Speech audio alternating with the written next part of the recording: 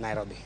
Riwruok mar Azimio la Umoja onyiero sirkal ewi chenro mar choko osuru mar gero udi masani koro doho wito oko. Jatend Wiper Kalonzo Musyoka opuoyo doho kowacho ni gisenyiso jo Kenya ni osuru no en ataro mar chik. Ka gilose kaunti ma Kisii, jotelego mane otelnegi gi Raila Amolo Odinga bende nomedo seyo sirkal ewi chenro mar gimedo keto mahinyo oganda jo Kenya yor uchumi.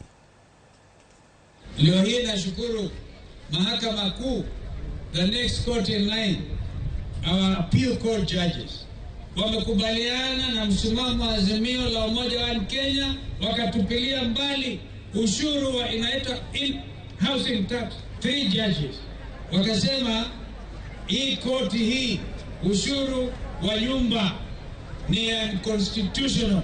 Kwa hivyo hapa wameanguka flat. Sasa wametangaza wanataka kuuza mashirika ya serikali. Moja yao ni ile shirika ya kusafirisha mafuta, Kenya Pipeline Corporation, nataka kuuza, na National Oil Corporation. Kenya Pipeline Corporation ikienda kwa mkono ya watu binafsi, bei mafuta itaenda hata mara 100 hapo. KBC is a strategic investment that should not be sold under any circumstances. Ukienda Ukambani, maisha ngumu. Pwani, maisha ngumu. Mimi nataka niulize ndugu zangu, wewe Mheshimiwa William Ruto, shukisha taksi chini, hawa watu ndiposa wafanye biashara, wapate pesa waweke mfukoni.